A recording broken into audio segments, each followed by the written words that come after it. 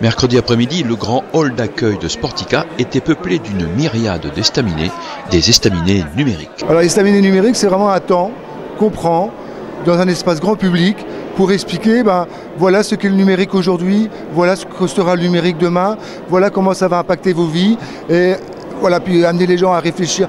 Amener les gens à réfléchir, peut-être même à repenser leur vie numérique pour éviter les pièges. Souvent diabolisé par la méconnaissance, le monde numérique n'est pas moins un univers dangereux pour qui n'est pas averti. L'accès facile et gratuit qui transforme l'internaute en produit marketing, les fausses informations qui cachent trop souvent une entreprise d'escroquerie à grande échelle, il vaut mieux être armé pour les contourner. Cet après-midi, un estaminet, celui de Mailo, offre une première réponse à partir de l'adresse email. Mailo est une société qui est en faveur de la souveraineté numérique et qui actuellement a des centaines de milliers d'utilisateurs qui respectent votre vie privée, qui ne scannent pas vos emails. En fait, on sécurise et on protège votre vie privée en faisant en sorte que les données ne soient pas revendues à des tiers. Comme ça, vous conservez une vie privée totale. L'univers du numérique est plutôt vaste. Chaque estaminet présente un développement, une approche grand public, parfois de façon ludique, comme 100% Papa, qui est un jeu avec lequel les futurs ou nouveaux papas apprennent leur nouveau statut, sans oublier la maman, bien sûr. Le numérique peut aussi être une solution économique pour développer une idée, créer un jeu de société et avoir une finalité sociale, comme l'ont imaginé des habitants de Grand-Fort-Philippe. Une sorte de Monopoly, mais dirons-nous plus terroir. On a voulu aborder le thème du numérique en famille, mais aussi du jeu, en créant justement un jeu de société avec des mamans. J'ai une maman qui est à mes côtés, qui a participé au projet. On s'est associé au Micro Fab Lab, qui est une association qui est sur Grand-Fort-Philippe et qui a des imprimantes 3D. Grâce à cette association, ça nous a permis de travailler le jeu ensemble, de confectionner les pions à base de résine, de travailler les couleurs, les cartes et de former ce qui est le jeu Main-Pays aujourd'hui.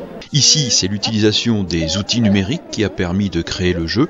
Le plateau a été imaginé sur ordinateur, les pions ont été dessinés puis imprimés en 3D. Les cartes de jeu ont aussi été conçues avec l'outil numérique. Oui, nous avons travaillé autour du numérique avec les imprimantes 3D pour pouvoir créer ce jeu et aussi un petit peu sensibiliser les familles au numérique et aux nouvelles technologies. Le jeu 100% local est en vente et on sait déjà à quoi serviront les bénéfices. Les jeux sont en vente en exemplaires restreints, sont sortis en 120 exemplaires et ils sont en vente au centre socioculturel L'Estran à Grand-Fort-Philippe au prix de 45 €. Et l'argent sera reversé aux familles pour le projet de vacances. Se connecter, c'est vraiment de se dire que c'est la population qui doit se saisir de ce sujet. C'est-à-dire, c'est vraiment faire en sorte que le pouvoir d'agir des habitants s'améliore et dire que ce n'est pas le numérique qui va déshumaniser. Parce que dans les maisons de quartier, on tient beaucoup à l'humain, c'est notre métier d'être dans la relation sociale, mais ça ne peut pas dire non plus que le numérique ne peut pas aider non plus à améliorer cette relation sociale. L'estaminet des imprimantes 3D a rencontré un vif succès. Il faut dire que les visiteurs pouvaient réaliser une pièce en résine, cœur ou médaillon avec leur prénom en relief et l'emporter une fois imprimée en 3D. Quand le spectaculaire, qu'est encore l'impression 3D, rejoint l'univers du quotidien. Il y a beaucoup de curiosité parce que ce sont des appareils qui sont encore aujourd'hui un petit peu exotiques. Donc c'est pas quelque chose que les gens ont énormément vu. Il y a encore beaucoup de gens qui n'ont jamais vu fonctionner une imprimante 3D. Et même si ils sont conscients que c'est quelque chose de technologique, c'est un petit peu magique.